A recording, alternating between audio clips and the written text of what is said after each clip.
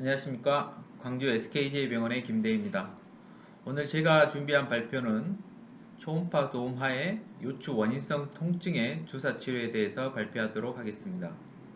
허리 통증 치료에 있어서 가장 중요한 요소는 무엇일까 생각했을 때 좋은 약, 뛰어난 스킬, 좋은 장비 이러한 요소들이 물론 중요한 요소가 될 수는 있겠지만은 가장 중요한 요소 하나를 꼽자면은 진단이 가장 중요하다고 생각이 듭니다. 허리 통증의 치료에 있어서 치료 방법을 선택하기 위해서는 그 원인을 먼저 분석을 해야 되겠는데요. 그 원인으로는 신경에 의한 통증, 근육에 의한 통증, 인대에 의한 통증으로 크게 세분할 수 있을 것으로 생각이 듭니다.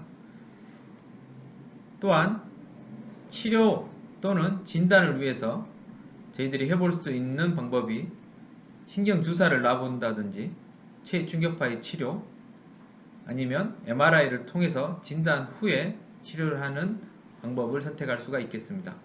원인에 의한 치료 방법 선택은 리가먼트 이상에 의한 통증이 의심되는 경우에는 주로 프롤로 세라피를 시행을 하고 있으며 근육 이상에 의한 통증의 경우에는 체충격파를 시행을 하고 있습니다. 반면 신경 이상에 의한 통증이 의심되는 경우에는 너브 블락을 시행을 할 수가 있겠습니다. 치료 방법 선택에 있어 가장 중요한 것은 과연 어떤 치료를 시행할 것인가를 결정하는 문제입니다. 주사 치료를 할 것인지, 체충격파를 할 것인지, 주사 치료를 시행을 한다면 과연 인대에 프롤로 세라피를 할 것인지 아니면 신경에 신경 차단술을 시행할 것인지 결정하는 게 가장 중요하다고 생각이 듭니다. 이러한 치료 결정은 환자의 통증 양상 그리고 성상을 보고 그 치료 결정을 해야 되겠는데요. 잠시 후에 부위별 주사법에서 그러한 통증 양상을 간단히 설명을 해드리겠지만 실제 진료 환경에 있어서 가장 의사의 능력을 좌우하는 게 이러한 진단, 즉 어떠한 환자에서 어떠한 치료를 할 것인지 결정하는 문제가 된다고 생각이 듭니다. 이제 각 부위별로 간단한 진단법과 더불어 주사법을 보여드리도록 하겠습니다. 치료 방법으로 주사 치료로 결정이 되었다면 어떤 부위에 어떠한 치료를 할 것인지 알아보도록 하겠습니다. 초음파를 이용해서 주사 치료를 시행을 할 수 있는 부위의 경우 인터스피너스 리가먼트에 대해서 프롤로 세라피를 시행을 할 수가 있겠으며 미디알 브랜치 블락, 코달 블락에 대해서는 초음파를 통해서 쉽게 접근을 할 수가 있겠습니다. 하지만 SNRB나 TAFEB 같이 너브 루트에 대한 주사법은 플로어스코피를 이용한 주사법을 더욱 추천을 해드리고 싶습니다. 그 이유는 너브 루트의 이상인 경우 추후에 수술적 치료를 고려를 해야 하기 때문에 주사가 정확히 들어갔는지 확인을 할 필요가 있습니다. 초음파의 가장 큰 단점은 이러한 루트 블락에 있어서 주사약이 정확히 들어갔는지 확신을 할 수 없는 경우가 많다는 것입니다. 그 외에도 소아스나 피리포미스 그리고 종종 글루티우스 미디우스의 주사 치료를 하는 데 있어 초음파가 매우 유용하게 쓰일 수가 있겠습니다. 제가 쓰는 약제의 구성을 말씀드리도록 하겠습니다. 저는 주로 리가먼트에 대해서는 프롤로세라피 약제를 사용을 하는데요. 2% 리도케인 2cc와 셀라인 4cc, 50% DW 4cc를 혼합을 하여 약 10cc의 약물을 만든 후에 부위별로 1에서 2cc 정도의 약물을 주입을 하고 넓은 공간에 대해서는 3에서 4cc까지도 주입을 하고 있습니다. 너브 주위에 대해서는 덱사를 같이 사용을 하는데요. 2% 리도케인 2cc와 셀라인 2cc 그리고 덱사 1cc의 약물을 조합을 하여 총 5cc를 너브 주위로 분절당 약 1.5cc에서 2cc 정도의 약을 주입을 하고 있습니다. 인터스피너스 리가먼트에 인젝을 고려하는 경우는 그 증상이 허리를 숙일 때, 주로 머리를 감을 때 아픈 환자 또는 의자에서 앉았다 일어서는 순간에 통증이 유발되는 환자에서 시행을 하고 있습니다.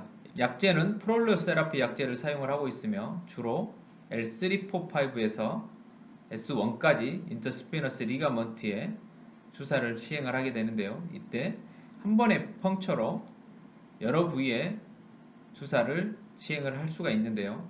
각 부위당 2에서 30cc 정도의 약제를 인젝을 하고 있습니다. 통증의 위치를 보시면은 사진에서 이렇게 표시된 이 부위와 같이 척추의 한 가운데에 이르는 통증의 경우에는 리가먼트, 즉 인대 이상일 가능성이 높습니다. 반면에 한 가운데에서 약간 치우친 이렇게 좌측 또는 우측인 경우도 마찬가지고요.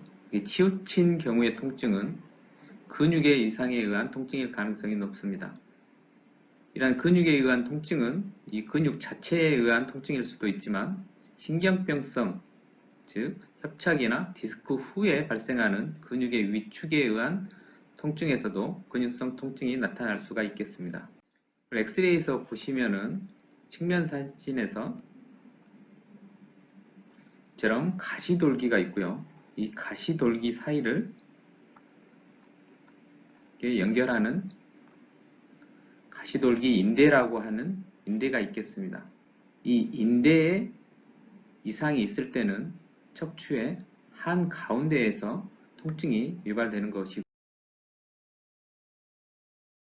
리가먼트 손상의 경우에는 영상에서 보는 바와 같이 이렇게 진짜 일어서는 순간 이때 인터스피너스 리가먼트에 장력이 가해지기 때문에 통증이 일어나고요. 또는 머리를 감는 동작처럼 이렇게 허리를 숙일 때 허리 한 가운데서 통증이 유발이 됩니다.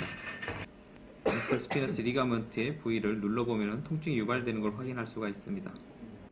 초음파를 론지튜디널 플레인으로 위치시킨 후에 타겟으로 하는 인터스피너스 리가먼트를 확인을 합니다. 리가먼트를 확인했으면 아웃 오브 플레인 방식으로 니들을 인서션을 하여 주사를 시행할 수가 있겠습니다. 내가 원하는 타겟에 주사를 한 후 한 니들 포인트에서 위와 아래 총 3군데를 주사를 할 수 있겠는데요. 보시는 바와 같이 한 곳에 인젝션이 끝나면 니들을 완전히 피부 밖으로 빼지 말고 니들을 익스트레이션 시킨 후 다시 밑에 레벨에 니들을 인서션을 합니다. 밑에 레벨도 주사를 한 후에 다시 니들을 어느 정도만 뺀 후 위의 레벨에 대해서도 똑같이 주사를 시행하면 되겠습니다.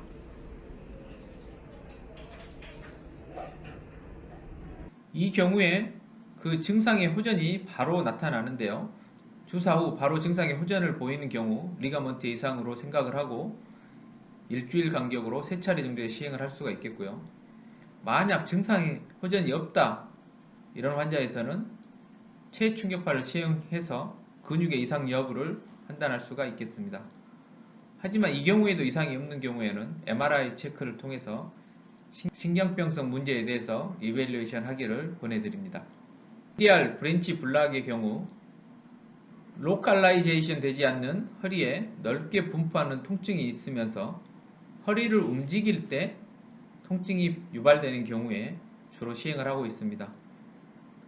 이때 라디에이팅 페인은 없애야 하며 움직일 때 아프지만 가만히 있을 때는 아프지 않는 환자가 좋은 결과를 나타낼 수가 있겠습니다. 이는 근육성 통증과 잘 구별되는 DD 포인트가 되겠습니다. 레벨은 주로 2, 3, 4, 5 각각 1.5cc 정도의 약 용량을 사용하시면 되겠습니다. 인젝에 앞서 먼저 론지튜디널 플레인에서 라미나와 트랜스버스 프로세스를 확인을 하시고요. 트랜스버스 프로세스의 위치를 마킹펜으로 표시를 해줍니다. 나중에 익숙해지시면은 굳이 이 과정은 하지 않으셔도 됩니다. 이제 엑시얼 플레인으로 초음파를 돌려서 파셋 조인트와 트랜스버스 프로세스를 확인하시고요. 니들을 레터럴 투 미디얼로 삽입을 하시면 되겠습니다. 이때 니들 팁으로 트랜스버스 프로세스 내측에 본을 터치를 하신 후에 인젝을 시행하시면 되겠습니다. 신경차단술 후에 증상 호전이 없거나 증상 호전이 있더라도 잔존하는 통증에 대해서 체충격파를 시행할 수가 있습니다. 체충격파의 타겟 부위는 IT 밴드의 이상의 3군데에 대해서 체충격파를 시행하면 되겠습니다. 이때 또한 매우 중요한 체충격파 타겟 부위가 글루티우스 맥시무스의 인서션 사이트인데요. 글루티우스 맥시무스를 보시면은 인서션 사이트에서 IT 밴드와 서로 연결되는 것을 확인할 수가 있습니다. 이 부위의 이상으로 인해서 버톡 쪽에서 통증이 유발되는 것으로 사료가 되며 IT 밴드에 대해서 체충격파를 시행을 하게 되면 버톡 부위의 통증이 사라지는 것을 확인할 수가 있습니다. 체충격파 치료는 앞서 설명했듯이 대둔근과 장경인대가 만나는 부위를 주 타겟으로 해서 치료를 시행하면 되겠습니다. 치료를 하다 보면은 그 부위에서 매우 심한 통증이 유발되는 것을 확인할 수가 있습니다. 치료하는 영상을 잘 보시면은 제가 트랜스미터를 움직일 때 트랜스미터가 지나가다 갑자기 덜컹하는 느낌으로 지나가는 것을 확인할 수가 있습니다. 호달불락의 경우 주로 버톡의 통증, 사이까지 내려가는 통증 환자에서 주로 시행을 하고 있습니다. 또한 과거 코달불락에 잘 반응을 한 경우에 첫 번째 치료 옵션으로 코달불락을 시행을 할 수가 있겠습니다. 코달불락의 문제점은 주사를 하면 할수록 증상 호전의 주기가 짧아진다는 것이며 어느 정도 시간이 지나면 그 효과가 나타나지 않는 단점을 갖고 있습니다. 이러한 환자에서 싸이 외측에 체충격파를 시행을 하게 되면 증상 호전을 얻을 수 있을 뿐더러 이후에 코달불락을 다시 시행을 했을 때 호전 반응을 보이는 것을 확인할 수가 있습니다. 먼저 엑시얼 플레인에서 양측 코너스를 확인할 수가 있습니다. 보시면은 세이크럼의 코너스와 에피랄 스페이스를 확인할 수가 있고요. 이제 롱지튜디널 플레인으로 돌려 코너스 쪽에서 코달로 가는 세이크로콕시지알 멤브레인을 확인할 수가 있습니다. 이 멤브레인을 뚫고 주사를 인젝을 하시면 되겠습니다. 이제 보시면은 니들이 이렇게 들어가는데요.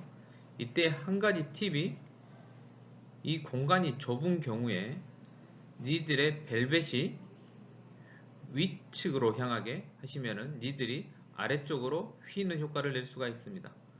그리고 멤브레인을 뚫게 되면은 이때 니들을 180도 돌려서 베벨이 다운 방향으로 향하게 되면은 다시 니들이 위쪽으로 향하게 되기 때문에 좀 더 용이하게 니들을 삽입할 수가 있겠습니다. 삽입이 되시면은 보신 바와 같이 인젝을 시행하게 되는데요. 이때 플루이드가 백플로우 하는 것을 확인을 하시면은 혈관으로 들어가지 않고 에피듀랄 스페이스로 잘 들어간 것을 확인할 수가 있습니다. 초음파를 이용한 주사법에서 리가먼트의 프롤러 세라피, 미디얼 브랜치 블락, 코달 블락에 대해서 오늘 말씀을 드렸습니다. 과거에 실제 제가 가장 많이 사용했던 주사법은 미디얼 브랜치 블락이었는데요. 최근에는 미디얼 브랜치 블락을 하는 경우가 거의 없다시피 합니다. 한 달에 5케이스도 안 되며 초음파를 이용해서는 주로 인터스피너스 리가먼트의 프롤러 세라피를 시행하는 경우와 코달 블락을 시행하는 경우가 대부분이며 가장 많이 사용하는 치료법은 체충격파가 되겠습니다. 특히 미디얼 브랜치 블락이나 너브 루트 블락 그리고 코달 블락 후에 치료로서 체충격파가 매우 유용하게 사용될 수가 있겠습니다. 체충격파를 통한 치료법에 대해서는 제가 최근 저술한 체충격파의 새로운 길을 참고하시면 많은 도움이 될 것이라고 생각이 듭니다. 또한 이 영상뿐만 아니라 여러 치료법에 대해서 제 유튜브 채널에 업로드 되어 있으니 참고하시기 바라겠습니다. 경청해 주셔서 감사합니다.